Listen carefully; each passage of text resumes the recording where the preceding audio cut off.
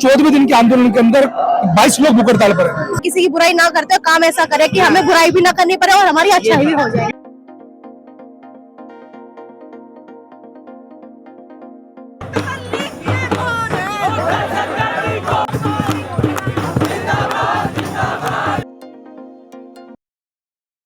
नमस्कार, आप देख रहे हैं JNN न्यूज में राजेश्वर चौहान जंतर मंतर पर हूँ। जंतर मंतर पर पिछले 13-14 दिन से धरना प्रदर्शन जारी है।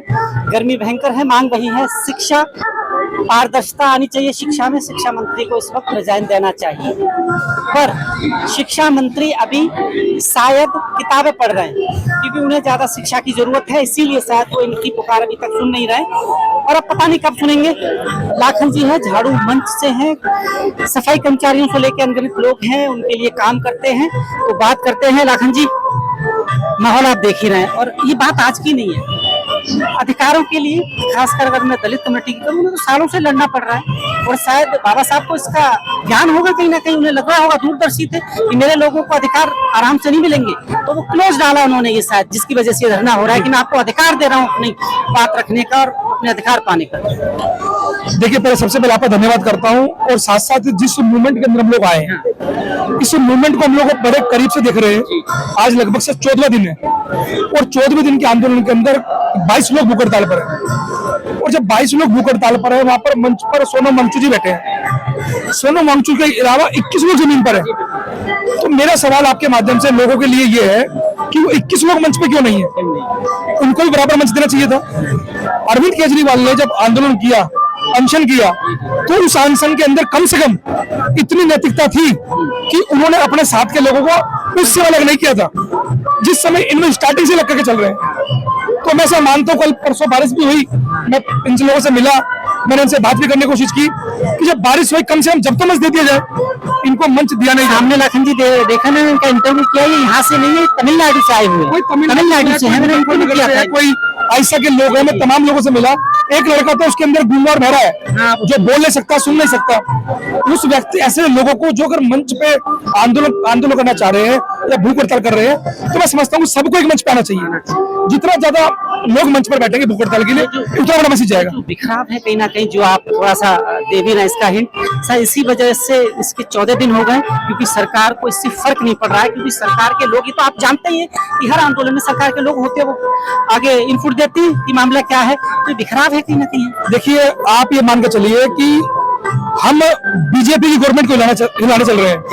ये वो बीजेपी की गवर्नमेंट है जिसने किसानों को 700 किसान शहीद हुए और 1 से 1.5 साल आंदोलन चला, तब जाकर बीजेपी सरकार होश में आई। और आज हम लोग 14वें दिन अगर ये तय कर दे कि धर्मेंद्र प्रधान इस्तीफा दे देंगे, तो समझता हूँ कि बीजेपी को लेकर हमारी भूल होगी। बीजेपी आज वर्तमान में उस लेवल पे काम कर रही है, इससे फर्क नहीं पड़ता कि लोग मारे जाए, भूख हड़ताल करे, हॉस्पिटल में एडमिट हो, कोई फर्क नहीं पड़ता। यहाँ का इनपुट आप देख ही रहे कि बिखराव दिख रहा है। जब किसान इतने बड़े पैमाने पर मारे गए, तब जाकर बीजेपी की कानों पर छू रहेंगी। वो भी कब? जब मूवमेंट मास आंदोलन बना, जब किसानों के साथ साथ तमाम लेबर वर्ग, तमाम गांव के लोग, तमाम पूरे देश के लोग रोड पर उतरे, तब जाकर वो मास मूवमेंट बनी और तब मास मूवमेंट बनी, तब ये आंदोलन बढ़ा, तब आंदोलन गति हुई। अभी राकेश टिकैत साहब का बयान शायद आपने सुनाया नहीं, एक बयान था इसी आंदोलन को लेकर। उन्होंने सीधा सीधा बोला कि आपको अभी बहुत सारी ऐसी कोशिशें करनी है जुड़ाव वाली, जो बिखराव है ना, उन्होंने भी कहा उसमें कि ये बिखराव है कहीं ना कहीं, आप समेट नहीं पा रहे,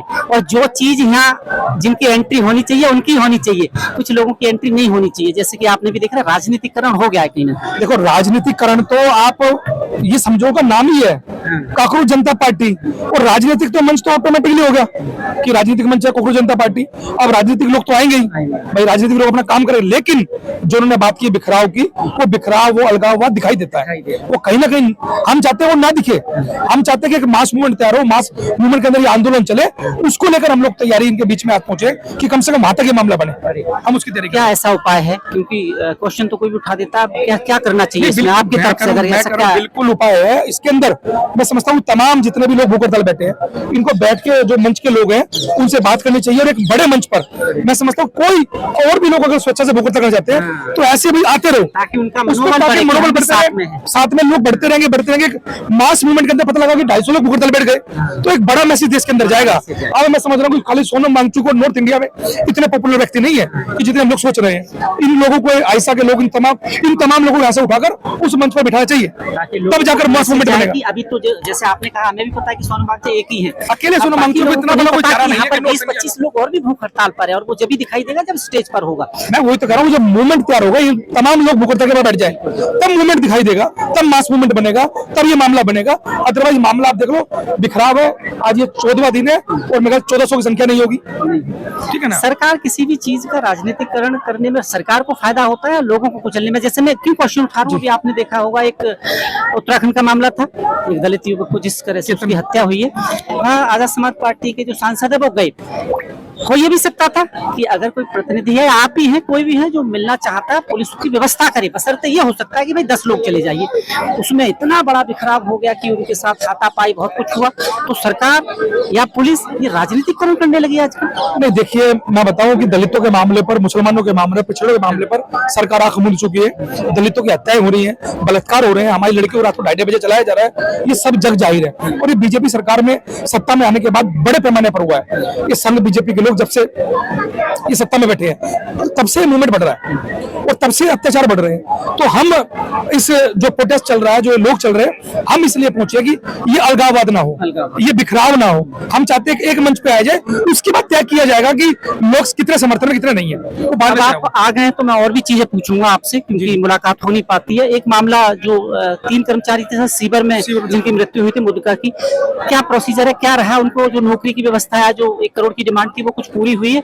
और साथ में सुप्रीम कोर्ट की गाइडलाइन के बावजूद भी आखिर कैसे बंद है सरकार की? क्योंकि सुप्रीम कोर्ट ने कहा है कि जब तक इनके पास शस्त्र नहीं होंगे या कोई औजार नहीं होंगे साफ करने के, आप नहीं उतार सकते जमीन पर। और साथ ही ये क्वेश्चन जोड़ रहा हूँ, सरकार को आपके हित में कोई फैसला देना हो कि इनको ये दे दीजिए, सरकार को कह देती है ना, उसमें समय लगता है। और अगर सरकार ये बोलते कि ये इनकी झोपड़ियां 1 महीने में तोड़ दीजिए, तो 1 महीना नहीं, पहले ही दिन पहुंच जाते हैं। ये अमल कैसे हो रहा है? देखिए मैं बताऊं आपको, जो 3 सीवर में डेथ हुई है, एक का नाम संदीप है, एक का नाम चांद है, एक का नाम अरुण है। ये 3 लोग जो मारे गए हैं, ये 3 लोगों के बाद जो लोग वहां पहुंचे, चाहे वो कांग्रेस के हो, चाहे बीजेपी की, आम आदमी पार्टी के, वो सब के सब सिर्फ और सिर्फ 30 लाख रुपए है।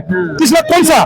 जो मैनुअल स्कैंजिंग एक्ट के तहत मिल रहा है, सिर्फ सब लोग उससे बात कर रहे हैं। मैंने उस बात को रखा कि जब 2016 के अंदर आपने देखा होगा, 24 मार्च 2016 को एक डॉक्टर पंकज नारायण की हत्या दिल्ली में हुई, तो उसको 2 महीने के अंदर, जुलाई के अंदर नौकरी दी गई, 1 करोड़ रुपए दिया गया। उसकी जो वाइफ थी, उसको उपमा नारायण, शायद उसको उपमा नाम कंफर्म नहीं है, उसको नौकरी दी गई 2 महीने के अंदर। यहाँ पर बड़े पैमाने पर लोग मारे जा रहे हैं, बड़े पैमाने पर हत्या हो रही है, बड़े पैमाने पर ये आ रहे। हमारे साथी मनीष है, ये अपने भूख हड़ताल पर है, ये भूख हड़ताल पे है और अपने PhD कर रहे हैं इलाहाबाद यूनिवर्सिटी से, आयशा के लोग हैं। तो अब ये जो लोग हैं, जानता है इनको, क्योंकि भाई जो आप कह रहे हैं आप इस भाई के लिए पूछ रहे हैं। यहाँ पर हम तमाम लोगों को बुला के लाए आज आपसे मिलने के लिए, आपके मंच पर आ रहे हैं अभी। ये भाई वहाँ पे होना चाहिए ना, वहाँ पे क्यों नहीं है भाई?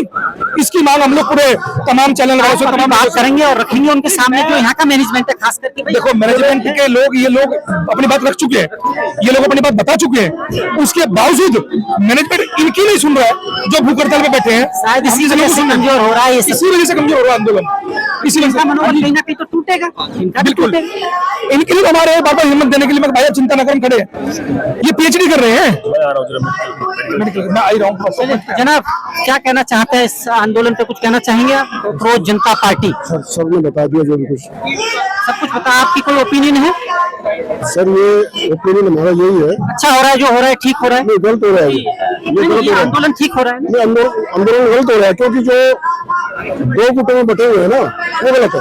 पर कहा यह जाता है कि अगर आपको तरक्की करनी है, उसका एक ही मंत्र है, आपके लिए नहीं, आपका घर, आपका परिवार, आपका मोहल्ला, आपका शहर और पूरा देश और पूरा विश्व अगर इससे फायदा ले सकता है तो शिक्षा से। क्योंकि आज देखिए आप, अगर हम बात करें शिक्षा की, आप अमेरिका की बड़ी कंपनी उठाइए, आपको सबसे बड़ा अधिकारी इंडियन मिलेगा। तो ये विफलता ही है ना सरकार की। मैं आपसे पूछता हूँ, ये विफलता नहीं है सरकार की कि यहाँ के टैलेंट को पहचान नहीं पाई और वो चला जाता है, जबकि आज हर कंपनी का CEO इंडियन है। आप कंपनी की बात कर रहे हैं, मैं समझ रहा हूँ जो अन्य देश है उनमें प्रधानमंत्री भी मूल रूप से इंडियन है। तो वो टैलेंट जो है वो इस देश के अंदर कृषि प्रधान ना होकर इस देश जाति प्रधान है। तो यहाँ पर जाति के हिसाब से उनको सुप्रीम रखा जाता है। तो आज जो आंदोलन है, जो मूवमेंट है, जो गति है, वो जाति को देख के दी जाती है। तो इस कारण से जो यहाँ की जो शिक्षा व्यवस्था है वो पूरी तरीके से फेल है। आप देख रहे हैं कि आज आपको पीएचडी करनी है, कोई जो थोड़ा डिग्री खरीद लो, इंडिया में डिग्री बिकती है। इंडिया में डिग्री, आप किसी भी प्रकार की डिग्री लेना चाहो वो डिग्री बिकती है। तो जो जिस देश के अंदर शिक्षा बिक रही हो, तो उस देश के अंदर आप ये उम्मीद कर रहे हैं कि शिक्षा का बहुत बड़ा लेवल जाएगा। मैं बिल्कुल ऐसा नहीं मानता। इस देश के अंदर तमाम जो डिग्रियां वो लगातार बिक रही है। एक क्वेश्चन आपसे पूछना चाहता हूँ, महिला है, मुझे एक चीज सीधा सीधा सवाल है, बिना किसी की बुराई करे, या मजहब हो या लोग हो या कोई धर्म हो, हम अपनी तारीफ कर सकते हैं? नहीं, बिना किसी की बुराई करे उनकी तारीफ कर सकते हैं?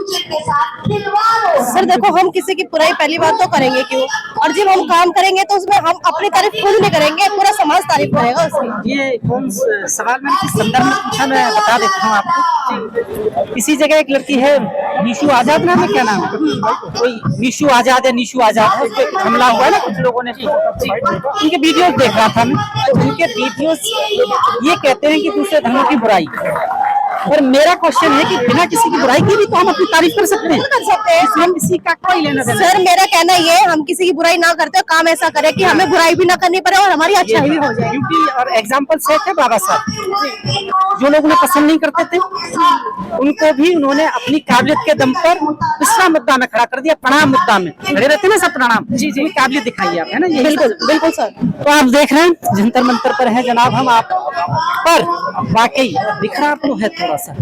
अगर ये सारी चीजें एक जगह इकट्ठी हो जाएं तो ताकत तभी बनती है। अब आप जैसे देख रहे हैं ना कि 13 दिन और सरकार के कान में जूं नहीं रंग रही, क्योंकि सरकार को पता है कि आंदोलन कहीं ना कहीं कमजोर है।